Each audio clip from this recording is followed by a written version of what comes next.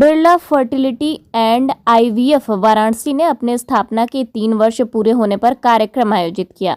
Centre head doctor Deepika Mishra ने बताया कि केंद्र का उद्देश्य वाराणसी में ही सभी आधुनिक फर्टिलिटी उपचार उपलब्ध कराना है, जिससे मरीजों को बड़े शहरों का रुख न करना पड़े। उन्होंने कहा कि अब कम उम्र 25 से 28 वर्ष के दंपत्ति भी इलाज के लिए आगे आ रहे हैं और पुरुष महिला दोनों में इनफर्टिलिटी समान रूप से देखी जा रही है। प्रदूषण, तनाव, खराब खानपान और धूम्रपान जैसी आदतों को प्रमुख कारण बताया गया। डॉक्टर मिश्रा ने कहा कि केंद्र केवल चिकित्सकीय उपचार ही नहीं बल्कि जीवन शैली और मनोवैज्ञानिक परामर्श भी देता है। पिछले 3 वर्षों में संस्था ने कई जागरूकता शिविर आयोजित कर प्रजनन स्वास्थ्य के प्रति लोगों को संवेदनशील बनाया है। नमस्कार, मैं doctor Deepika Mishra, centre head and IVF specialist, Birla fertility and IVF, Varanasi से। आज 3 साल पूरा हुआ है, क्या कहेंगी और उन लोगों माओं के लिए क्या कहेंगी जो अभी भी कहीं न कहीं भटक रही हैं? सबसे पहले मैं ईश्वर को धन्यवाद देना चाहूँगी कि हमने पिछले 3 वर्षों में निसंतान दंपतियों को संतान दिलाने में जो सहयोग किया, उसके लिए मैं तहे दिल से ईश्वर को धन्यवाद देना चाहूँगी। और हमने जिन पेशेंट्स को बुलाया जो अपने बच्चों को लेके आए थे, उनकी खुशी देखते ही बनती है।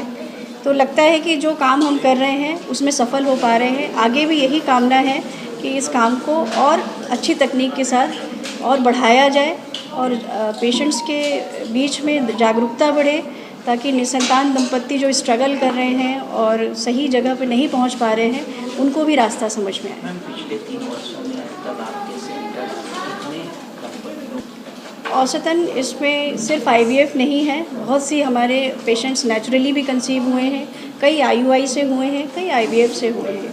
अगर ऑन एन एवरेज देखूं तो हर साल कम से कम 600 से 700 महिलाओं को संतान प्राप्ति हो जाती है। आसपास के जो जिले हैं वो तक कैसे पहुँचे हैं, क्या कुछ चीज़ें? देखिए, हम अपने समय समय पर अवेयरनेस कैंप्स भी करते हैं आसपास के ज़िलों में, चाहे जौनपुर, मिर्ज़ापुर, गाज़ीपुर, भदोई, भभुआ, सोनभद्र, इन ज़िलों में हम जाते रहते हैं और वहाँ अवेयरनेस कैंप्स होते हैं ताकि पेशेंट को जागरूक भी कर सके निसंतानता के बारे में, और जो फैसिलिटीज़ हमारे सेंटर पे अवेलेबल है उसको हम कम दरों में उन पेशेंट्स तक पहुंचा सकें जो इसके बारे में अभी तक नहीं सोच पाए हों। इस समय जो समस्याएं आ रही हैं बच्चे न होने का, देखिए, कारण बहुत से हैं और हर एज ग्रुप में अलग कारण हैं।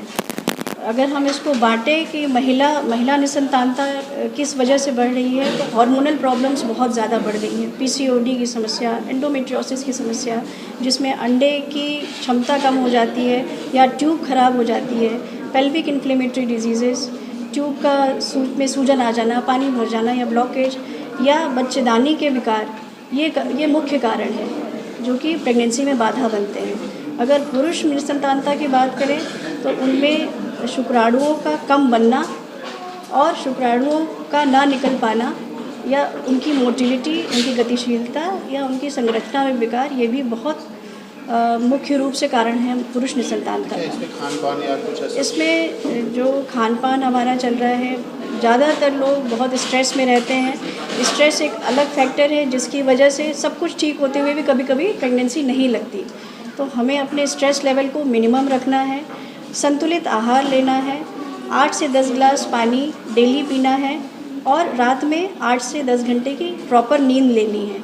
एडिक्शन या कोई भी नशा या धूम्रपान, इन सब का सेवन नहीं करना है, क्योंकि इससे भी शुक्राणुओं की हेल्थ पे असर पड़ता है। 3 साल के कार्यकाल में ऐसा कोई केस बताइए जिसमें आपको चांस कम ना हो, लेकिन का चांस हो गया और तो मतलब परिवार को बच्चा हो? ऐसे बहुत से केसेस हैं, कहूँगी एक ही नहीं है, बट अगर डिस्कस करना चाहते हैं तो एक पुरुष निसंतानता का केस था जिसमें एज़ोस्पर्मिया एक ऐसी कंडीशन है जिसमें कि शुक्राणु नील होते हैं। जब हम इजैकुलेटेड सेमेन को देखते हैं तो उसमें कोई शुक्राणु नहीं होता है। ऐसी कंडीशन में हम फिर टेस्ट कराते हैं कि शुक्राणु बन रहे हैं अंदर या टेस्टिस में भी प्रोडक्शन नहीं हो रहा है। ये जो पेशेंट पर्टिकुलर जिनकी मैं बात कर रही हूँ, इनका शुक्राणु बन रहा था परंतु ब्लॉकेज होने की वजह से निकल नहीं पा रहा था। इसको हम ऑब्स्ट्रक्टिव एज़ोस्पर्मिया कहते हैं। इस केस में महिला भी, उनका भी ट्यूब डैमेज थी, उनको भी नेचुरली प्रेगनेंसी नहीं हो सकती थी। तो हमने आईवीएफ पद्धति से टीसा किया, टेस्टिकुलर स्पर्म एस्पिरेशन, और महिला के अंडों से उनके स्पर्म को मिला के भ्रूण बनाए। उसके बाद लैप्रोस्कोपी द्वारा महिला के ट्यूब को सही किया। फिर तत्पश्चात हमने फ्रोजन एम्ब्रियो ट्रांसफ़र किया। आज उनके 2 बच्चे हैं। तो ये केस हमें दिखाता है कि अब 8 साल से ये दंपत्ति परेशान थे, उनको नहीं कुछ सॉल्यूशन मिल पा रहा था, वो हमारे पास आए, हमने कंडीशन को समझा और उनको निसंतानता के लिए। लास्ट क्वेश्चन मैम, अब आगे की क्या तैयारी है, क्योंकि 3 साल आपने कार्य पूरा किया, अब आगे कौन सा नया लेके आया, कौन सी चीज़ें? देखिए, भविष्य में हमारी यही योजनाएं हैं कि हम चाहते हैं कि जो ग्रामीण परिवेश है, जहाँ तक अभी ये फैसिलिटी नहीं पहुँच पा रही है आईवीएफ की, उस जगह हम पहुँच सकें, मतलब जन जन तक पहुँच सके और उनको कम दरों में ये अत्याधुनिक टेक्निक हम अवेलेबल करा सकें। मैडम, स्पर्म फ्रीजिंग का क्या सिस्टम है, वो क्यों किया जाता है? सीमेंट फ्रीजिंग के कई कॉजेज़ हो सकते हैं।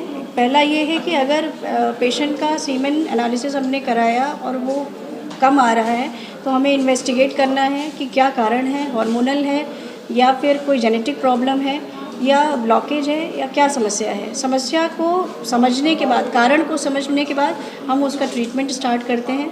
अगर ट्रीटमेंट के बाद भी लगता है कि ये शुक्राणु उतनी तेज़ी से नहीं बन पा रहे हैं जितना बनना चाहिए, तो हम उन्हें फ्रीज़ कर सकते हैं फ्यूचर के लिए। अगर पेशेंट अभी प्रेगनेंसी नहीं करना चाह रहा है या डिले करना चाह रहा है, तो हम सीमेन फ्रीजिंग अवश्य करा लें, क्योंकि बाद में ये और भी ख़राब होने के चांसेस हो सकते हैं।